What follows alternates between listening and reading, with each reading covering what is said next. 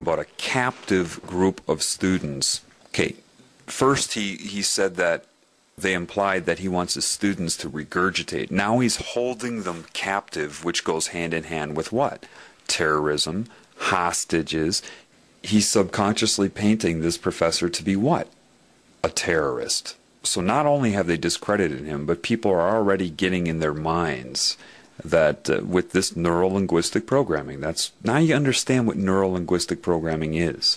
Neural, brain, linguistic, speech, programming the brain with speech via the subconscious. Dual meaning. I don't really care what you believe, but if we're talking about a captive group of students in a classroom, the question we've got to captive. Hang on a second. Well, they're sitting in your classroom, and you have a position of authority. I'm wondering, the question is whether or not you're the most competent to teach them. And most people think you're a nut.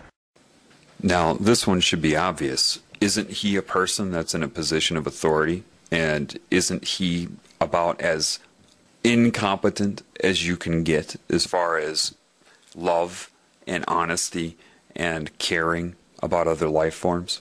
Yet he turns it around because people believe what they hear and what they read. So if he says it first, and that's a big part of this, is trying to say things first before somebody else can say something, then it seems like they will always be on the defensive. And that's the whole point, is to keep the professor on the defensive. All right? And saying that he is detrimental to his students, when the truth is Fox News is incredibly detrimental to you, just in this short clip I'm showing you here, and people are watching this all day long. And most people think you're a nut. Most people think your views are not even worth listening to. We just had a poll here in Madison, and we found that 90% of the respondents at Channel 3000 poll said that I should be allowed to teach. Only 10% said I shouldn't. That's the question. And 60%, I don't think what your views are. 60% agreed with me about the questions I'm raising about 9/11. 60% of the respondents. I think you're in the minority. Right to speak. I don't think this is the proper forum, though, for people that hold extremist views like yourself. Okay, first of all, when he says no like that, what he's doing is he's programming the television viewers' collective consciousness to disregard the results of that poll. He says no, and then your mind says no to the information he just gave. These are just little tricks he slips in there. And most people think he's a nut? What? But see, people watch that, of course, and they store that in their mind as fact. Of course, most people do not think he is a nut. But if he says that, he programs anybody watching this television program, hint, hint, that everybody thinks he's a nut. So I will too, to fit in. Where did he get that number? How does he know most people think that he's a nut? Think about it. They don't. He just says it, and then the professor has to respond to that. He's totally disrupting the whole interview. So it appears to people, because time is moving by, that there's actually an interview going on here. But it's not. It's only about disrupting and discrediting and programming your opinion. Okay, first of all, I used to live in Madison, Wisconsin, and I can tell you that people did not think that he was crazy. It was the television that began to program people to think that he was crazy. Again, now, extremist views like yourself. Now, they already set the stage in your mind, or the viewer's mind, before he brought that up in the beginning, when that first reporter took his hands and whipped him over to the left side of his shoulder to subconsciously say that he's an extreme leftist. He's on the extreme left. So now they're reinforcing that, telling you to believe that he is extremist, that these are extreme things. Well, Fox is 666. Look, I mean, just look what they're doing. Look what I'm pointing out to you. Once you start to understand the dual meaning of neurolinguistic programming, things become crystal clear to you. About the questions I'm raising about 9/11, 60% of the respondents. I think you're in the minority. Right to speak. I don't think this is the proper forum, though, for people that hold extremist views like yourself. Reasonable you guys are extremists. Reasonable people. Now notice what he did there. He took his hands and he gestured them towards himself and said reasonable people, while pointing to himself. Therefore, your subconscious and your conscious mind is shaped to see Sean Hannity as the reasonable person. They're always using gestures against you in coordination with dual meaning in things they say and direct meaning. So again, reasonable people, all he has to do is point to himself, and that's a subtle, nonverbal gesture to make you associate being reasonable with Sean Hannity's point of view. He's programming your mind. So now after you have associated being reasonable with Sean Hannity, and when he says people think, he points out or opens his hand, so you are to think.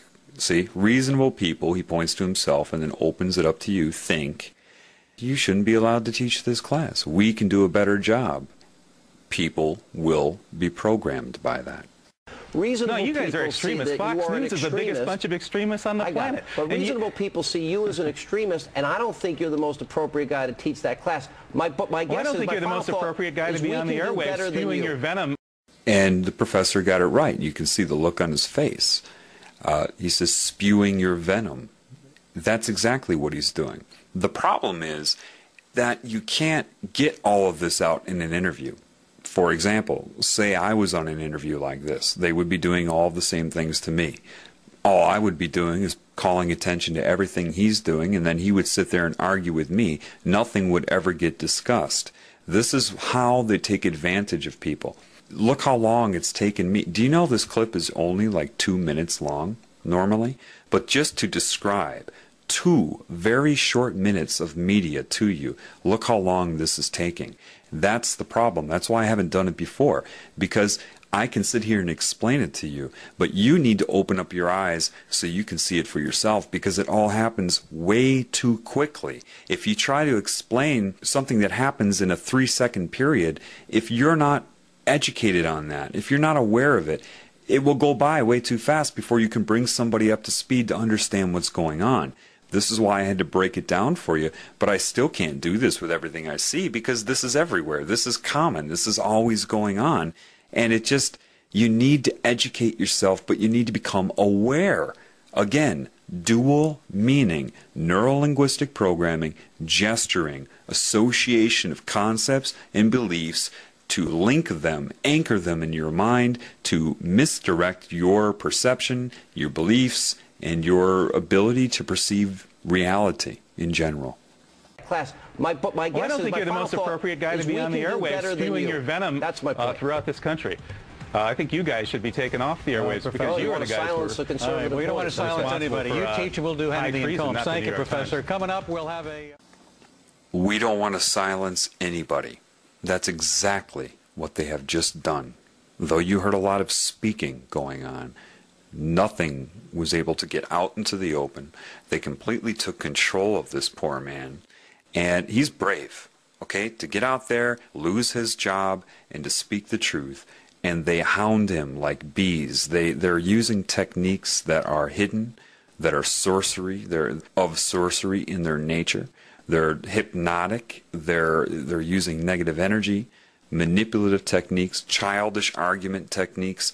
And so you've seen a lot of talking, but nothing got out into the open. And you see how nervous they made him. Why? Because he had to keep dealing with their techniques, and he couldn't express the truth. And this is how anybody who tries to get on the media to speak the truth is manipulated, and that's why most don't even bother. They don't bother because they would just get into an argument. I mean, what's the point? The expert that I've seen at this is Stephen Colbert. He was one of the biggest disinformation agents out there. He'll get somebody in for an interview and just completely distract, disrupt, discredit, and there is no interview. That's what I call Stephen Colbert's interviews. They're not interviews. They're Stephen Colbert using techniques to distract and discombobulate, basically.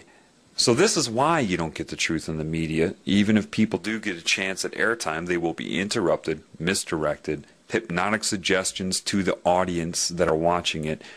You just can't. People that know the truth won't even try. They won't even try to go on the mainstream media, and people that do, it ends up like this. So until that is addressed, then nothing will ever be told on mainstream media. But what you can learn from this, don't watch TV. Okay? I hope this helps.